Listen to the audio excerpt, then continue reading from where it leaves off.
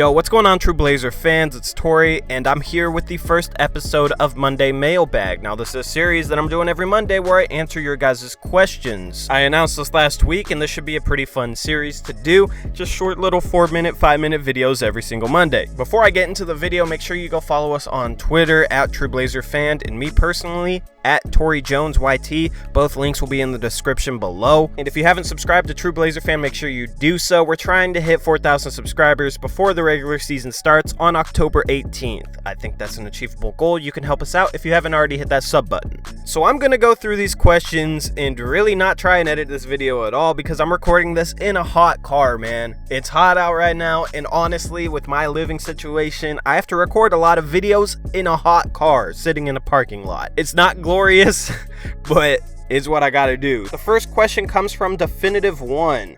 He says, should Neil Olshey be replaced, and if so, when and by whom? Second part of the question, I believe all dynasties have began with not a franchise player, but a brilliant GM/front office. Do you agree? And what are your thoughts as it relates to the Blazers moving forward? Honestly, I'm not a Neil Olshey fan, and I think he should have been out of the front office in the past year. He's not aggressive enough, he's too inactive when it comes to roster management, and he even admitted that before going into this offseason, and then of course in this offseason it wasn't too active either, and there's always reasons why he hasn't succeeded, reasons why DeMarcus Cousins didn't sign here when apparently we had a contract offer and a sign and trade on the table for him, and he wanted to take it, yet his agent nixed the deal. You know, it's always something like that. Oh, Kevin Pritchard, Indiana Pacers GM, had a grudge against us, that's why he didn't trade us Paul George, even though our 3 first-round picks weren't as valuable to them as Victor Oladipo. So I do think Olshey should get replaced, but whenever you talk about something like that, you gotta bring up a candidate as somebody who could replace him, because you have to replace him with somebody.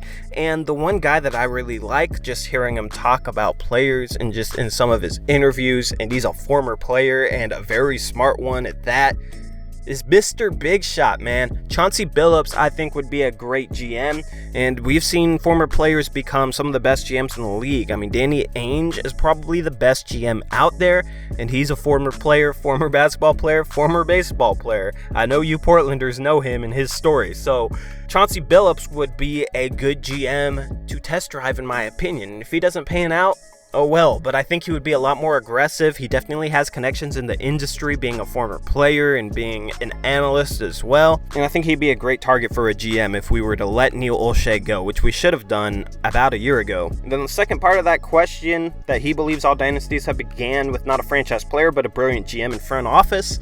That applies to some scenarios. You know, look at the Golden State Warriors. Steph Curry was a pretty obvious pick where he was drafted, but Klay Thompson, that was a solid get at the late part of the lottery in that year's draft. And then Draymond Green, that's been amazing. Those 3 guys helped land Kevin Durant. You know, that wasn't really the front office or GM really achieving that, but that drafting that Golden State has done definitely started their dynasty. But when you look at a guy like Michael Jordan, wherever he went, it was probably going to be a dynasty. Jordan was just that good. I know they got Scottie Pippen, they got some solid role players to surround him with, but still, it's Michael Jordan. It's the best player ever, and he was an obvious pick there at 3. I think even a bad GM, I think Neil Olshey, I think anybody would have drafted Michael Jordan at 3 in that draft, and that probably would have started a dynasty, and not because of the front office or GM, because of the player. So I think it just depends on the scenario. You know, you see LeBron, and wherever he plays is probably going to be a very good team, unless they have a bunch of misfits like the Los Angeles Lakers do. So that's just my thoughts. Thank you, Definitive, for your question. Now, Canadian Zombie asks, I'd love to get your opinion on whether or not sacrificing first-round picks to dump contracts like Evan Turner's and others is a good decision to help improve the odds of the team winning a championship.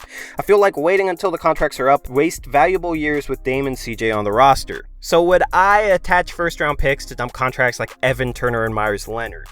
That's a 100% no, believe it or not. And I'm definitely not an Evan Turner fan, but if you're dumping a contract like Evan Turner's, what is it going to help you do that you couldn't otherwise do?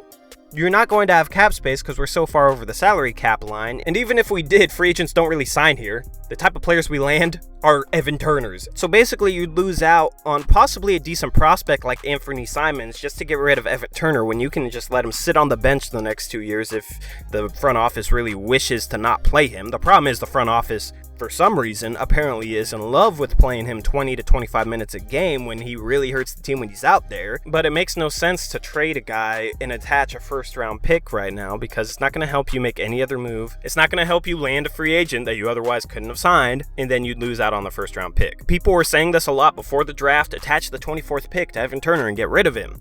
But the same people after the draft, I know just based on how they speak of Anthony Simons, would not attach Anthony Simons to Evan Turner just to get rid of Evan Turner. I mean, think about it. Draft picks have less value before you draft the player, to fan bases at least, and then after you draft the player, the fan base gets familiar with them, starts to fall in love with them, they get attached to them. But that 24th pick had as much value as Anthony Simons does because that's who we took there. So would you attach Anthony Simons to Evan Turner in order to do what? It just makes no sense to me. The only way that I would attach a first-round pick to Evan Turner or Myers Leonard would be if we had committed to signing somebody and they had committed to signing to us, but we needed the salary cap space to sign that player, and trading Evan Turner / Myers Leonard would give us that salary cap space to sign that player. Hypothetically speaking, if DeMarcus Cousins wants to come here on a $15 million a year deal, and we were at the salary cap line, we're not because we're way over it, but let's just say we were at the salary cap line and we needed to trade a first-round pick with Evan Turner in order to sign DeMarcus Cousins, then that's a fair trade. You're getting one of the best big men in the league and you're trading away a bad contract and you're only giving up a first-round pick. Then that's a good trade. But I'd only do that Evan Turner attached with a first-round pick trade if it was connected to a move bringing in a starting quality player. And trust me, I don't want to see Evan Turner play this year. That's just my honest opinion on that. I know a lot of Blazer fans debate that, so that's definitely a hot topic in our community. Anyway, I hope you guys enjoyed today's Monday mailbag. Leave a question down below and I will answer it next week. I hope to get 3 or 4 questions, and I might be bringing back some face cam too. I just got a nice background picture of Portland that I can put behind me in my garage because that's where I have to record now, and my garage is not a glamorous place. My garage is not really somewhere I wanted to be face camming, but now that I can put this big picture of Portland behind me, it'll look pretty good. So that might be something I start doing on this channel in the near future.